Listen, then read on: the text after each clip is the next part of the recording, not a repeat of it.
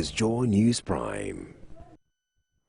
This is Joy News Prime, the primetime news bulletin here on Joy News on Multi TV. In this 60-minute bulletin, businessman and NDC financier Alfred Woyome alleges the Attorney General leading the case in which the state is seeking to jail him over a supposedly fraudulent judgment debt claim received $1 million worth of the monies he was paid.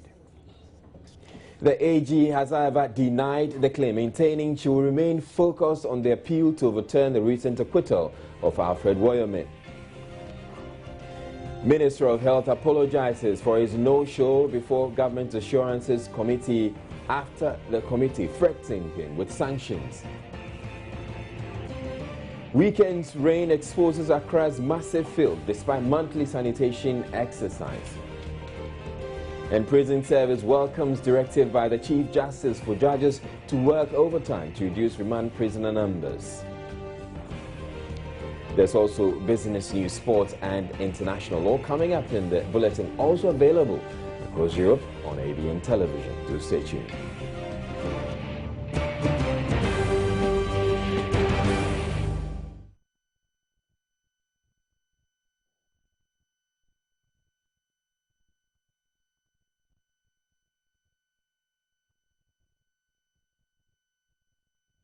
In our very first story, the National Democratic Congress financier who was just acquitted and discharged in a 51 million cedis judgment debt scandal has asked the Attorney General to resign. Alfred Woyome maintains that AG Marietta Brew Apia Opong is biased and unfit to be the chief legal advisor of the president, especially in the state's quest to jail him for supposedly making a fraudulent judgment debt claim. In a petition to President Mahama, Mr. Woyome said prior to becoming the Attorney General, Mrs. Marietta Brew Opong and her firm benefited from the 51 million cedis judgment that he was paid in 2010.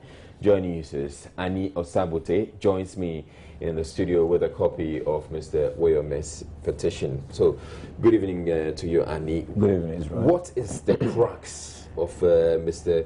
Woyome's petition? Why he's saying that the AG must resign?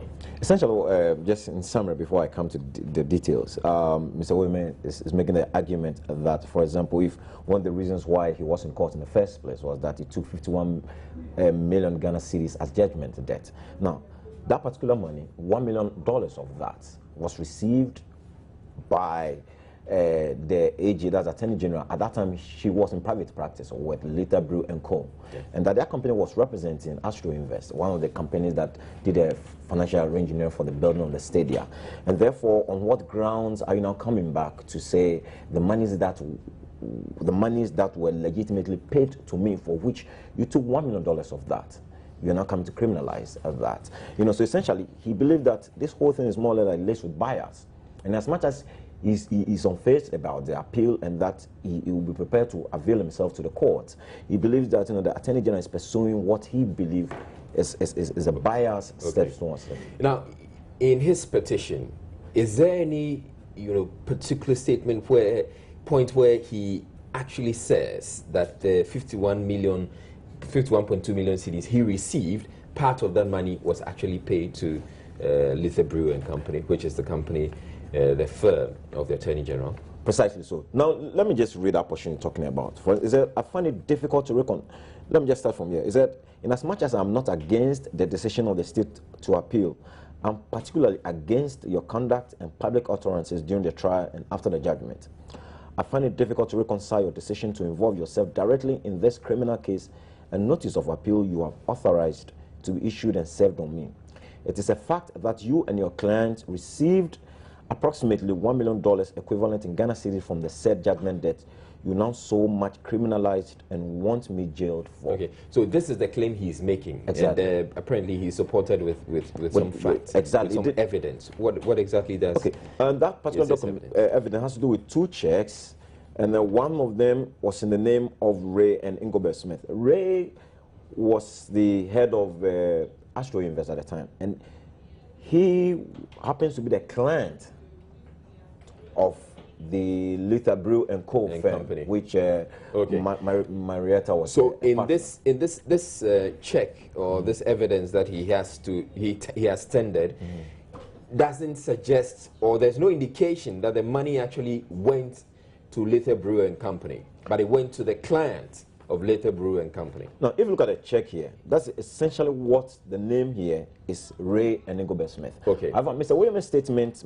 is categorical that you, the AG, did benefit from that particular money that you are now saying is not legitimate. Okay, so he doesn't say that we actually gave you part of the money, but you benefited. Exactly. By extension. By extension. Because if your client received it, it means that you would also have been paid monies out of that. Yeah, that's the point. Exactly. But the point is also that he's also, I understand from what he's saying, is that you because you were acting on behalf of your client, you did come in for the money. And that particular money, quote unquote, is the money that has now brought this whole controversy.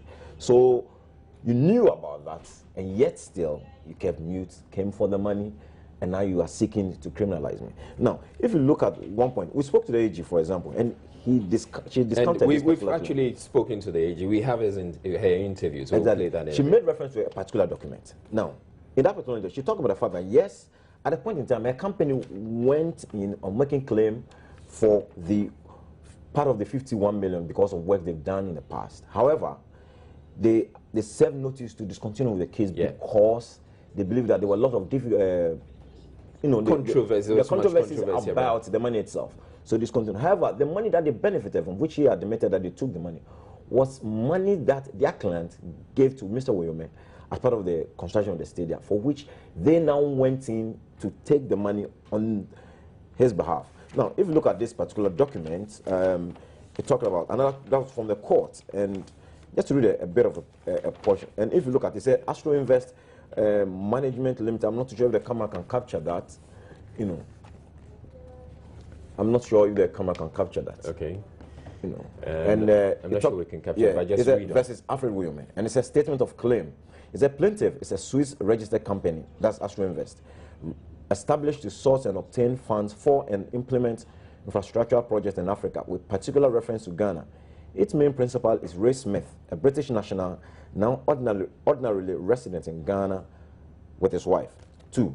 Defendant is a business executive, that's Mr. Woyome. He said in or about 2005 or 2006, the parties working as a consortium under a company known as Waterville took part in an international competitive bid by the government of Ghana aimed at sourcing fund for and the construction of stadia for CAN 2008.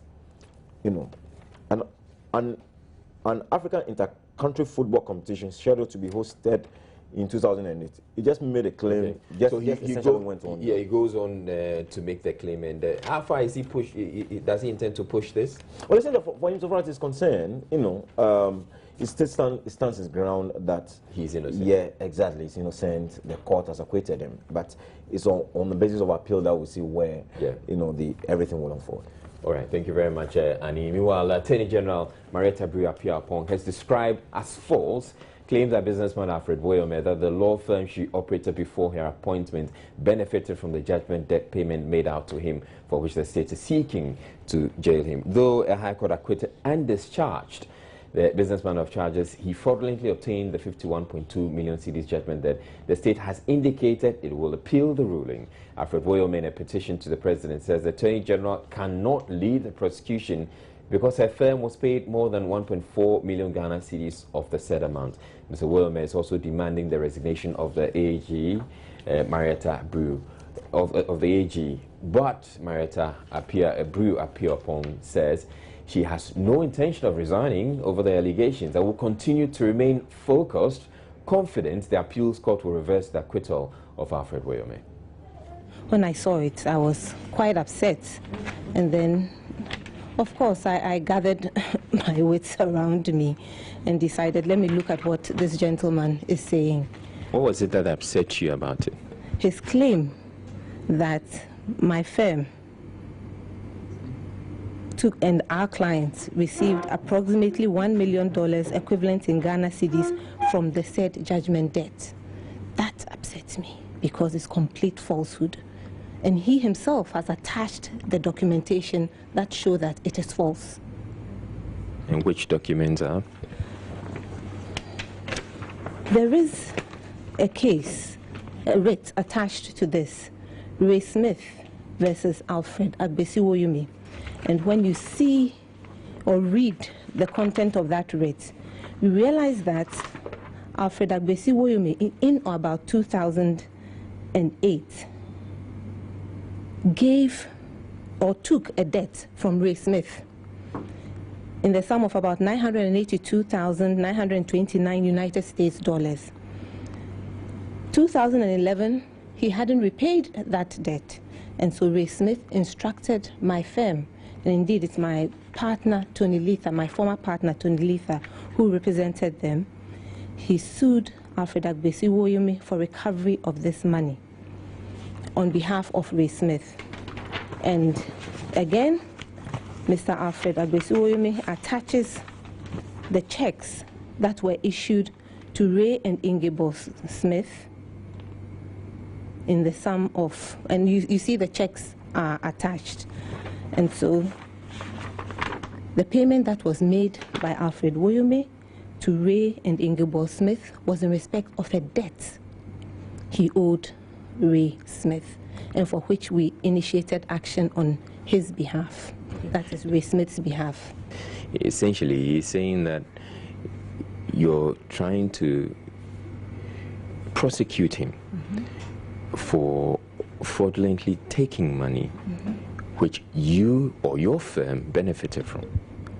My firm never benefited from any money, any part of that 51 million that he fraudulently. How's that so? He's claiming. I mean, where's the evidence? There is absolutely no evidence. In the first place, we've never worked for Alfred Agbesi Woyome. Never. My firm has never worked for him.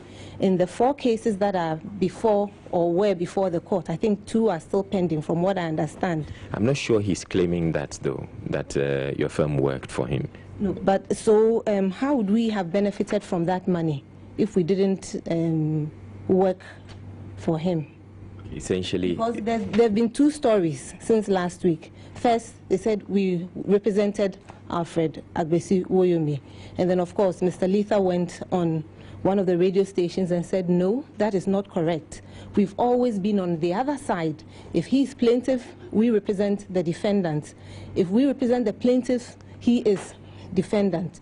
And so we've always been, that's my firm, and represented by Mr. Tony Letha, because he has personally handled these cases. I never personally handled anything involving Alfred Agbesi Woyome, but it was my firm at the time. We were always on the other side.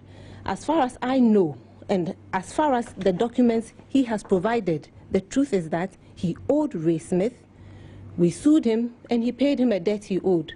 what's your response to his suggestions or his call or his demand that you resign? I mean, that's quite funny that he should say that. For what reason should I resign? There's no conflict. I'm doing my work as Attorney General. There's been a judgment. The people of Ghana, as you can see, are very unhappy with the decision of the court. We filed an appeal. I'm pursuing it. What is there to call on me to resign for? There's nothing. There's absolutely nothing.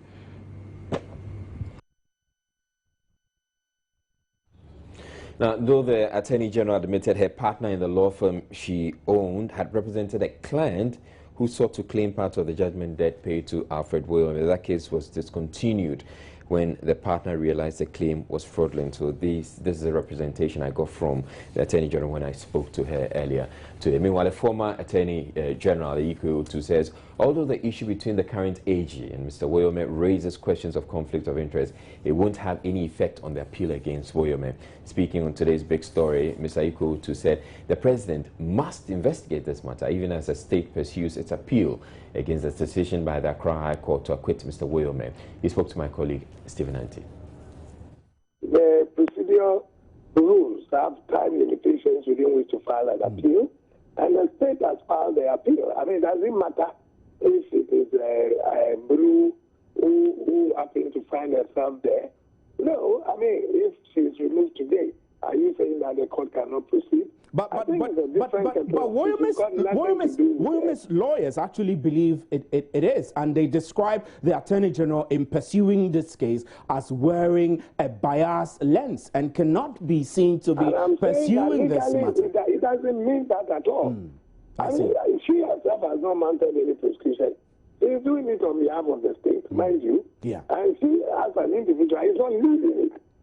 You know, I, as a attorney general, remember leading a prosecution against somebody in this country. I went myself.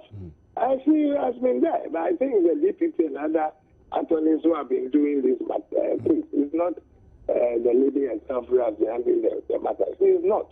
So I'm saying that the office of the attorney general can be disaggregated completely from what is happening. I mean, the attorney general department has gone to court, they've done a case. But I don't think it would. I mean, it's just an embarrassment that is bringing on the lady. It does not mean that the appeal cannot proceed. Far from that, I don't see it happening. Health Minister Dr. Ajima Mensah has apologized to Parliament's Government Assurance Committee for failing to show up at the second public hearing of the committee. The minister, who has just been posted to the Works and Housing Ministry, rushed to Parliament upon hearing the committee's anger at his absence at the hearing. He was expected to give an account of promises made concerning government projects, including the construction of the Konfanochi Teaching Hospital maternity block, as well as the construction of 5 polyclinics in the Brunhafo region. The minister begged for clemency after rushing into the committee's hearing.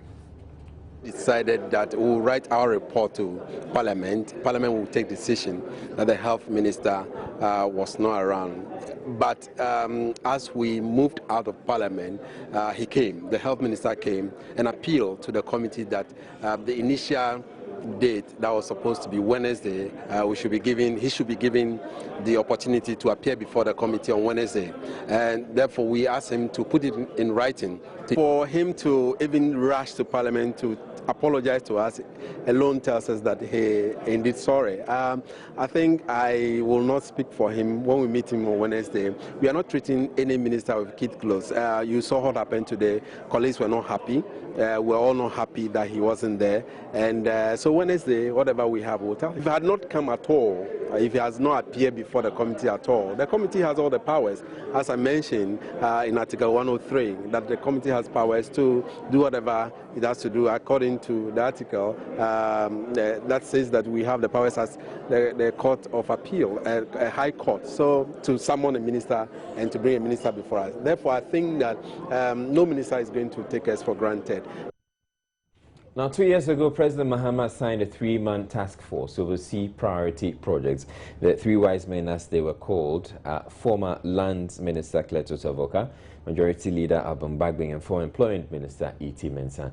Their task was to coordinate initiatives, including the construction of 200 senior high schools, 10 teacher training colleges, and 1 university for the Eastern region. Little has been heard from them since their appointment, and so when my colleague Kwachi Afrenuama caught up with Cleto Savoka, he asked him what the group has been up to. We've made some strides. We have made some strides. We've made some strides, particularly in the education sector. You know, the president promised or pledged to build 200 senior high schools. As at now, more than 50 senior high schools are in the offing. They've started in the various districts where they have been earmarked for these schools, and then many more are coming this year.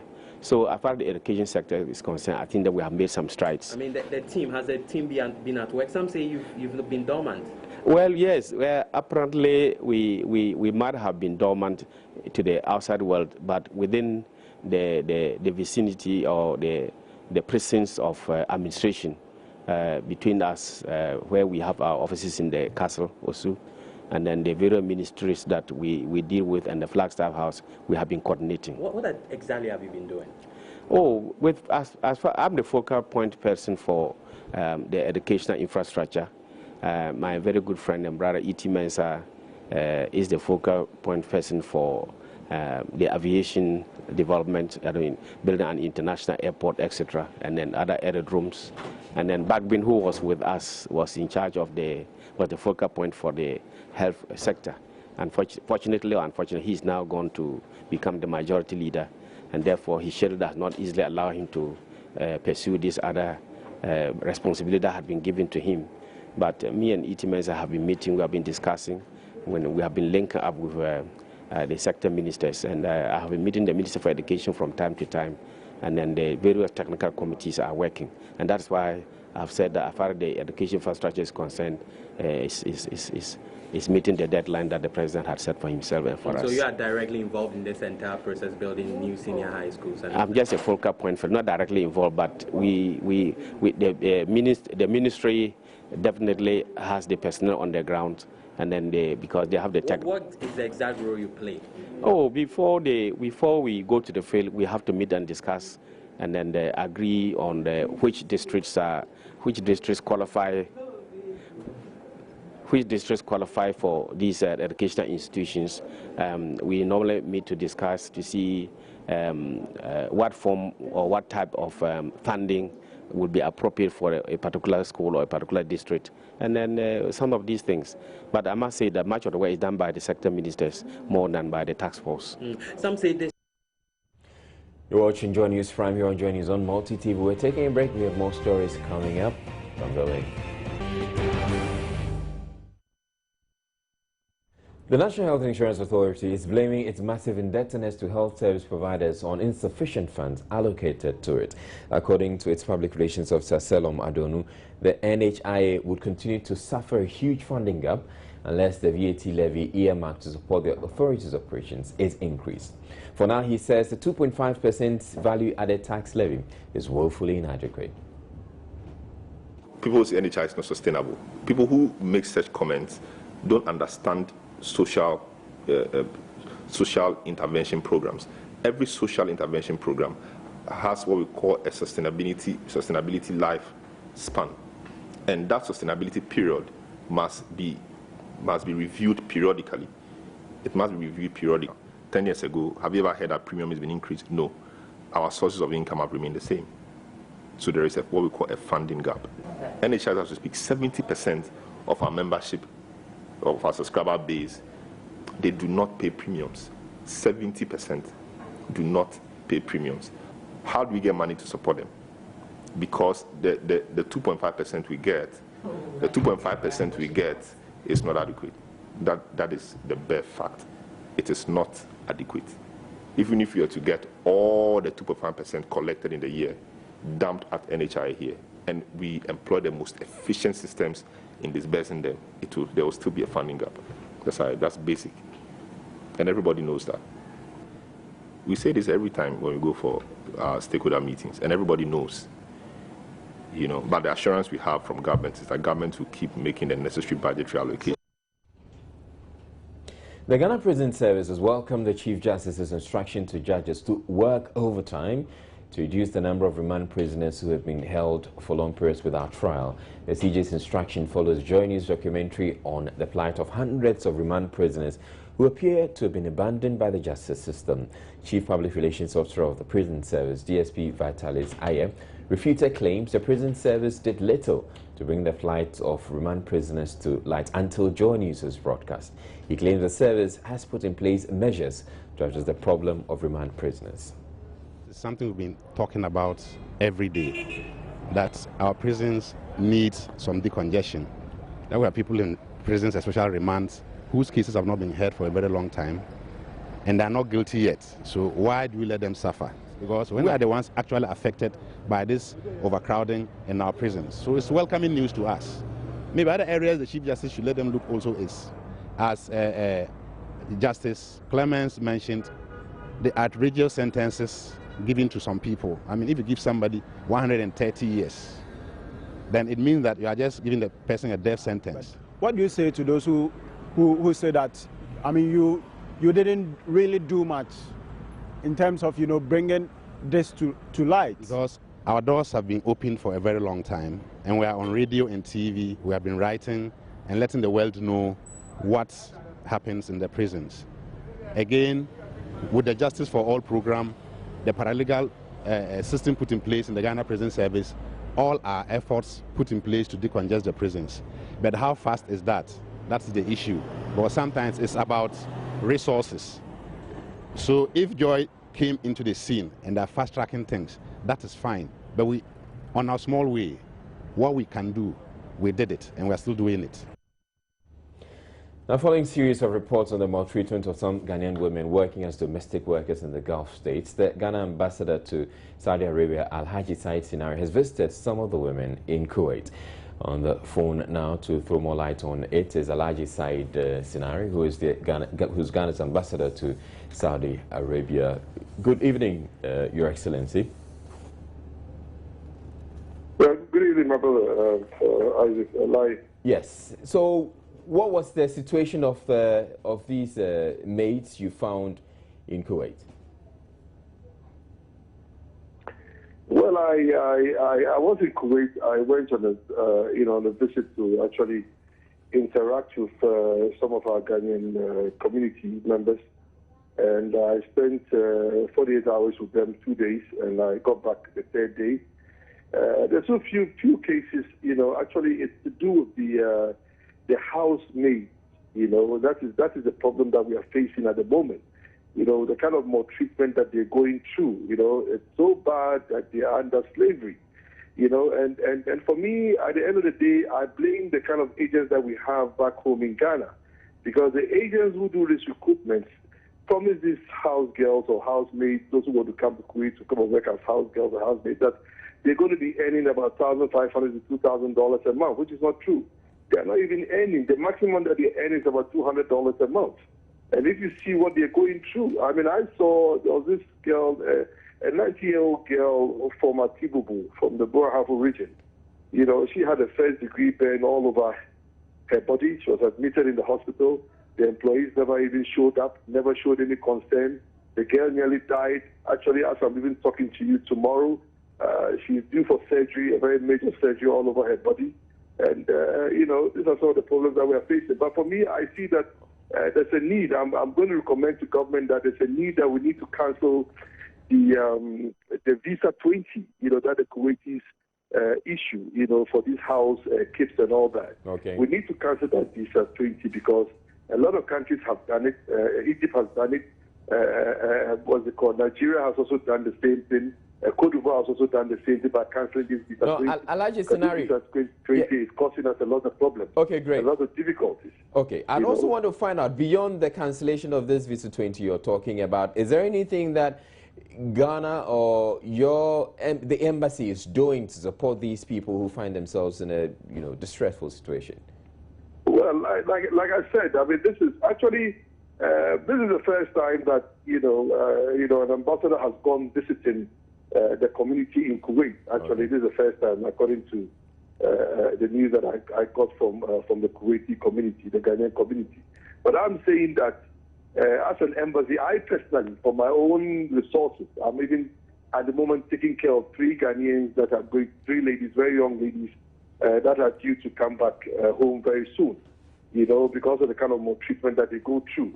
But at the end of the day, there is a need that we need to cancel that Visa 20. Okay. That Visa 20, issue that Visa 20 should be cancelled. Government should just write it off and make sure that the Kuwaiti authorities get the message right. All right. Like the way the other countries have done. Okay. Like I said, Ivory Coast, Nigeria, and Egypt. All right. Thank you very much. You heard Alhaji Said Sinari, he's Ghana's ambassador to Saudi Arabia. In other news, it's been almost 2 weeks since the last National Sanitation Day exercise, but Sunday evenings, heavy downpour in the national capital exposed just how much garbage remains to be cleared from different parts of the city. Joy News' Hannah Dame walked through the dirt this morning and filed this report. Sunday night's rains may have lasted just a few hours, but it left some parts of Accra with excess garbage to collect. Most of these areas already had uncollected rubbish after the Sanitation Day cleanup exercise 2 weeks ago. After the rains, rubbish which had found its way into the drains resurfaced. These traders at the Agbogloshi market fear an outbreak of disease if the situation is not resolved. We didn't come to market over the weekend. We complained about the refuse, but we were told that those in charge of collection will come for it.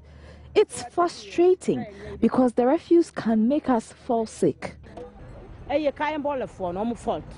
is the fault of the rubbish porters. They've been given money to dump the refuse at the right place, but they end up dumping it on the streets. And when it rains, it goes into the drains at the market.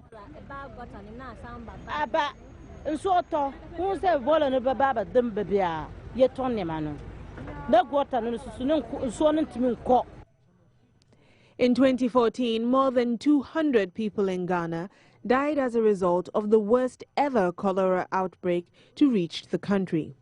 Most of the cases were recorded in the Greater Accra region. Research by the Ghana Health Service revealed improper waste disposal and inadequate water supply as major causes of the epidemic. As the rains set in, a recurrence of another epidemic is very likely. That is, if the drains remain choked with garbage. A former member of parliament is questioning the rationale for 275 lawmakers in Ghana. Madam Lucy Eni, who served in the first post-independence parliament, also questions the capacity of the current crop of legislative members. Aisha Ibrahim has more. Madam Eni seems unimpressed with the current parliament. She believes there are too many MPs. The number of parliamentarians, 275, for what?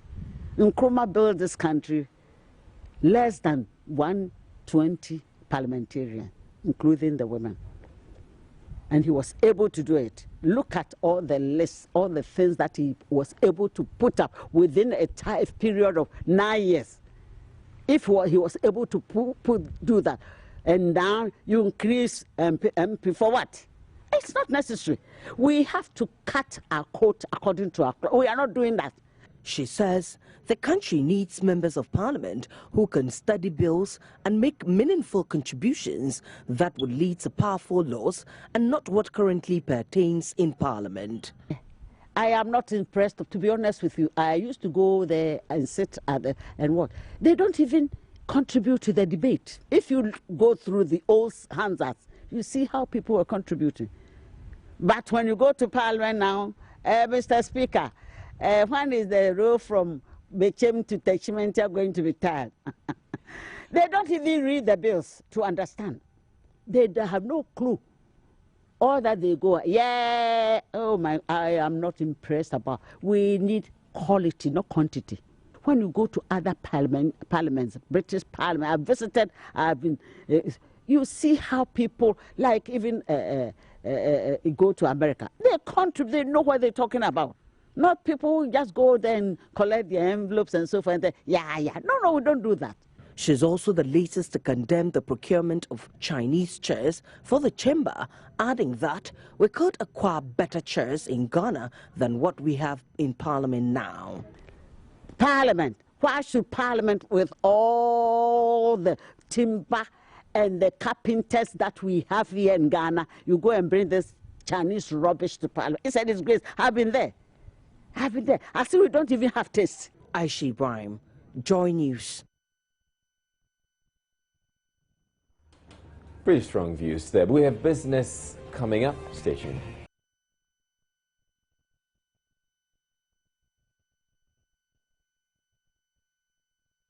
Right, it's now time for business, and Letonam Say is here with all the business news. Apparently, the fallout of the energy crisis is... And the fall in crude oil prices. Okay. Yeah, you know, it's now between $50 and $60 per barrel, and that's really affecting businesses. So according to ICU, they estimate that over 6,000 people will lose their jobs by June if nothing is done about it. That's pretty serious. That's a terrible one. That's pretty serious. Anyway, you carry on with the business news. Right. My name is Etonam Say. The Industrial and Commercial Workers Union, ICU, has expressed fears that over 2,000 workers would be laid off by June should the prevailing economic crisis continue. General Secretary of the ICU, Solomon Kote, reveals Ghana's economic crisis, coupled with severe energy challenges, would in no time see several businesses grinding to a halt. The situation is a real one. In fact, every entrepreneur in this country is feeling the pinch of extra overheads that are unbudgeted and unplanned for. We are talking about companies that have the following ranges: workers between 0 to 2,000, 0 to 800, 0 to 1,003, 0 to 800, thereabout. So if they are intending to do some, they say we have to do massive redundancy. So they use the word massive. Your guess will be as good as mine as to they're looking at maybe a quarter, a third, or half of the workers, going to enable them at least break even and make sure that they survive to meet the good times when all these restorations are done to the country. And looking at the sizes of these companies that are having this conversation, and looking at ICU size of over 74,000 workforce, and these are the key companies within the ICU sector, then of course we're looking at, if the situation remains as it is, by June over 2,000 workers may be affected. As the fall in crude oil prices keeps wreaking its toll on several businesses around the world, oil giant Tullow Oil reveals it won't be left with no option than to embark on massive redundancies tomorrow. Communications and Investor Relations Manager for Tullow, Ghana, Benes Natu, earlier on Business Life revealed the move is to reduce the impact of risks on Tullow's profit margins. Sometime last year, there was at a point where it was about $100 or a little over $100, and today it is $45. That is how significant the drop is. So in bringing it home, I always do this analogy to say, okay, I had 100 CDs to operate within. Now I have 50 CDs. Definitely, I cannot continue to do the things I used to do when I had 100 CDs. The going has become tough. How do the tough get going? Until things ease up, hopefully. But for now, this is what we have to do to make sure that for everybody, mutually beneficial the outcome is mutually beneficial.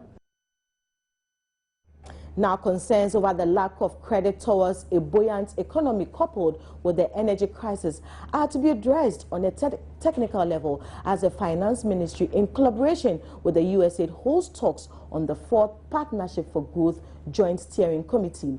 Minister Tekpe reveals the main objective behind talks with USAID is to advance the success of Ghana's $498.2 million power compact under the Millennium Challenge Corporation.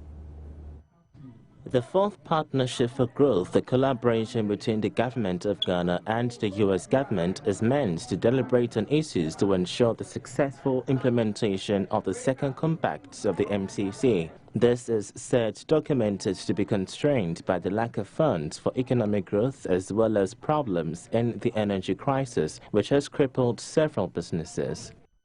Addressing board members from the U.S. government, Seth Tekpe intimates the Joint Steering Committee was, among other things, aimed at measuring progress made in improving economic growth in Ghana. I think it's important to note that I believe for nearly 3 years ago, this was something that had engaged the attention of government. Then came along the Compact 2, which we decided again to focus on power. So as we all know, the Compact 2 is focused on power. But the Partnership for Growth is beyond just these two constraints. There are various elements in the area of agric, feed the future, elements which we work very vigorously. Seth Tekpe further disapproved claims that the PFG was planning to disburse funds to Ghana's government to ensure the completion of major fiscal policies. According to the finance minister, the U.S. Economic Organization was rather interested in putting together technical studies and initiatives through high-level meetings for the improvement and completion of projects and policies underscored the Millennium Challenge Corporation.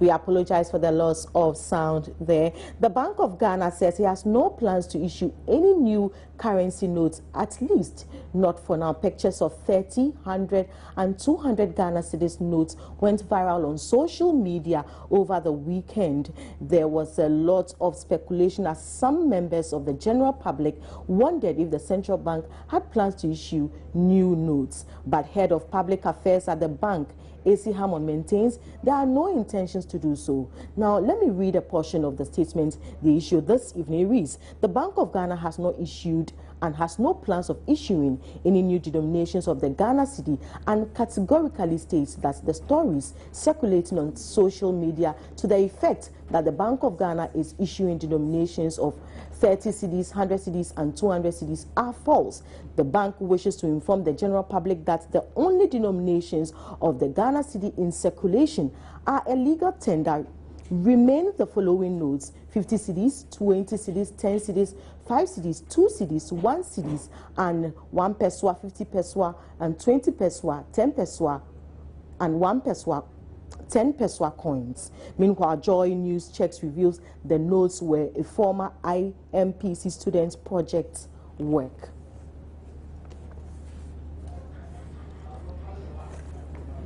Well, that's it for business. My name is Etonam Say. Sports is next.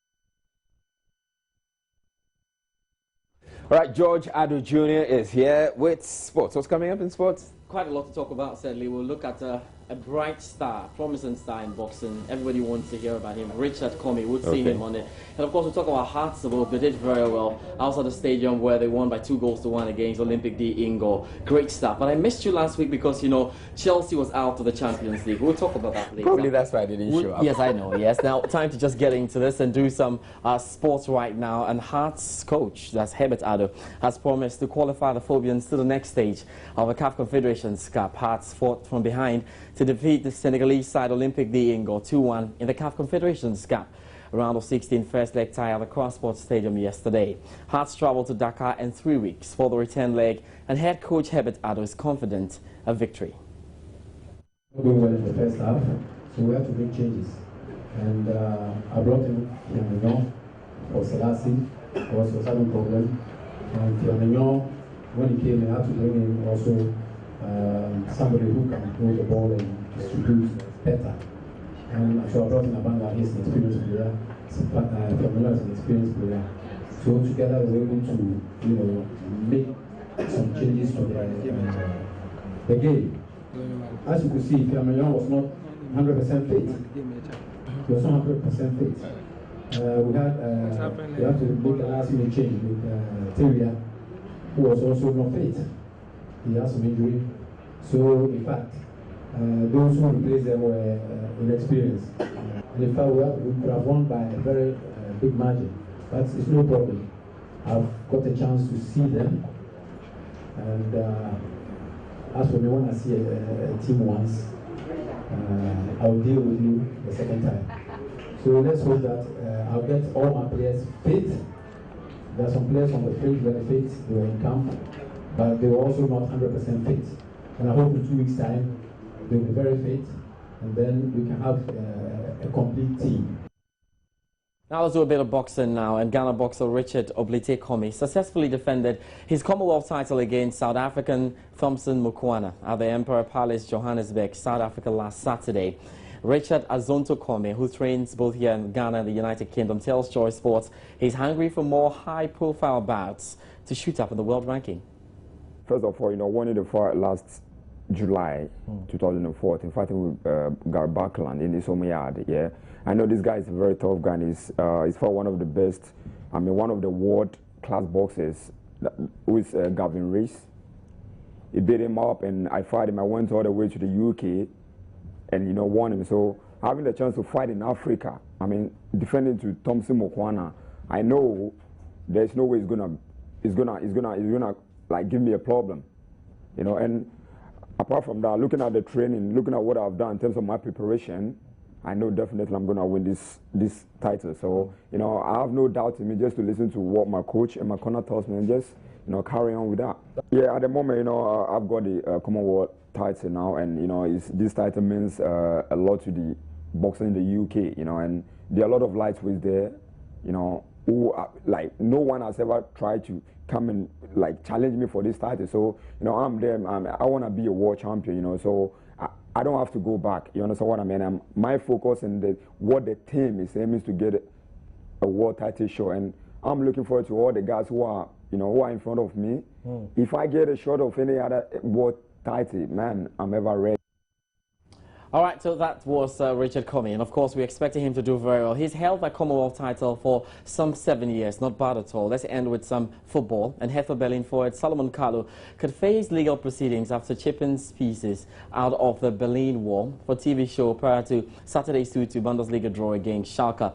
Kalou was filmed ahead of the game at Berlin's famous East Side Gallery, which is made up of 105 paintings by artists on the 1.3-kilometer stretch along one of the last few remaining intact sections of Berlin.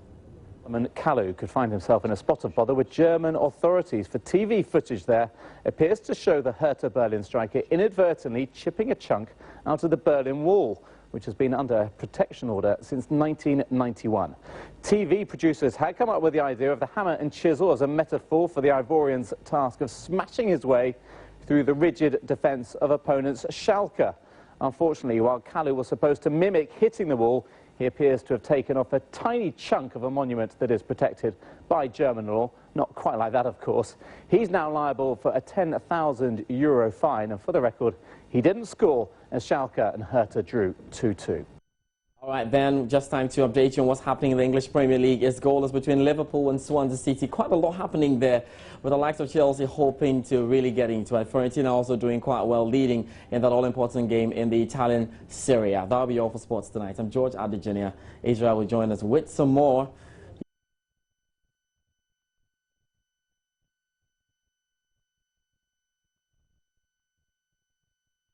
Now, when the power goes off, the traffic lights stop working, and that's when the volunteers come out.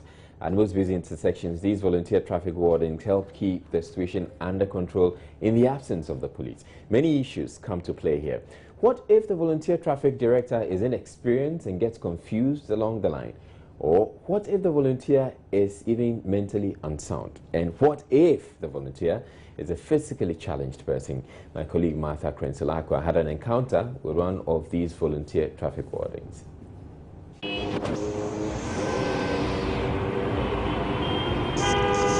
It's Friday night, about 7:15.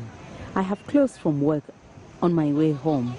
As usual, I anticipate traffic jams in some parts of town because there is blackout in most parts of the city. I have struggled through most of them because it was a case of survival of the fittest in the absence of MTTD officials at most of the busy intersections. Then I got to Flamingo Junction near Matahiko, and the situation was different. There was absolute sanity, as if the traffic lights were functioning. I relaxed and said to myself, at least there is an MTTD official here. But I was wrong. It was a physically challenged volunteer traffic director. I was fascinated and decided to park and observe him from afar. My curiosity drew me closer to find out more. My name is Benakwe. Okay, how old are you? I am 34. He tells me he has passion for directing traffic and ensuring sanity on Ghana's roads. I was worried about him though, especially as some of the motorists disregarded his instructions. But after a while, I got used to the fact that when motorists disregard his instructions, he tells them off. One driver for me, they will just take an advantage. Me, I don't stand here because of the money they give me. I'm not interested. But my heart desire is that there is a free flow. This for, hey,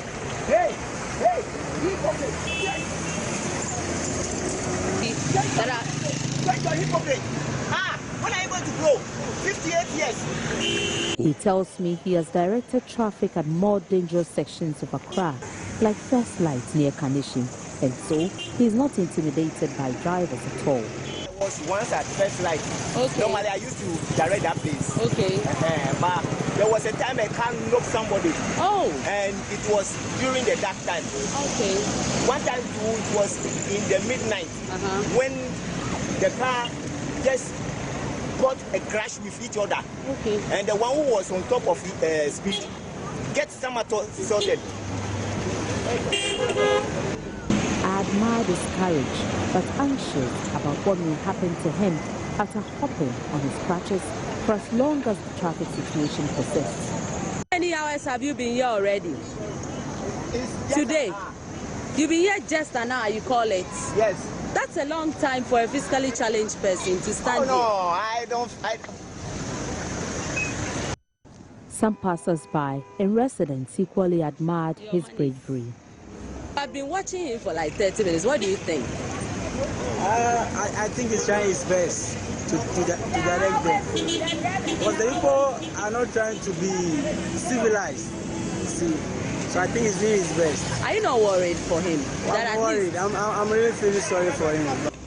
He shared his greatest wish with me, though he knows that may forever be just a wish. It's my heart desire that I'm just giving the mandate. I could be in charge of any of Accra traffic, just to make sure there is free flowing order. So that's my heart desire. As I tried many times to engage him in further conversation, it became more evident that he was so focused on what he was doing, so much so that I am becoming a hindrance to his work. So I decided to collect money thrown out to him by some drivers scattered on the streets and just allow him continue to fulfill his heart desire for that moment, making our roads safe for us all. Martha Krensalakwa, Joy News, Accra.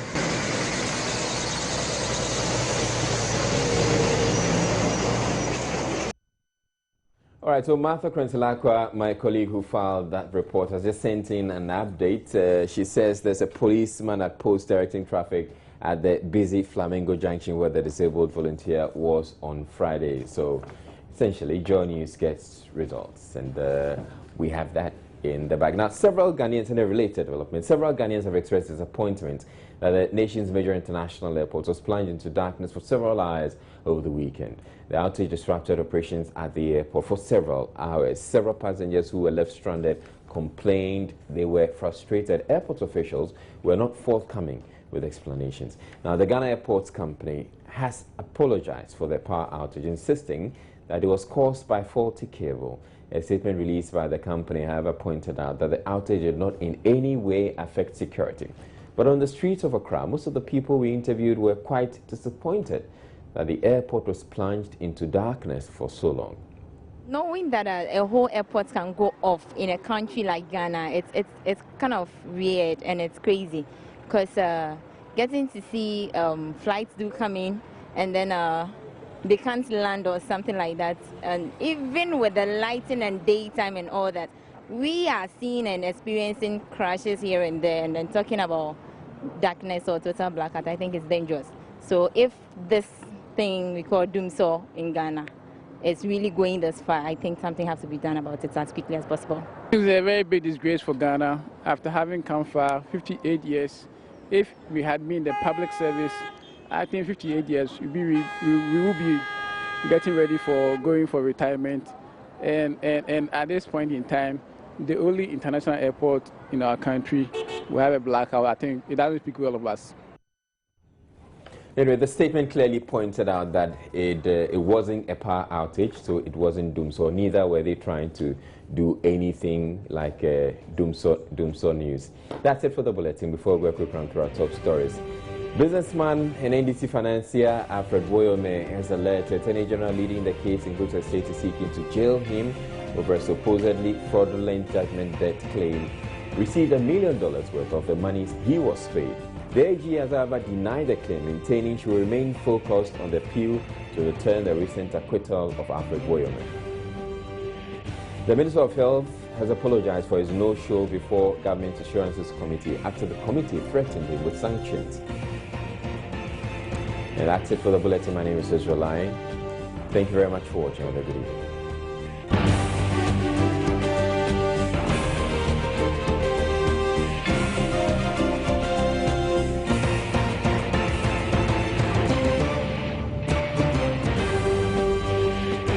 This is Joy News Prime.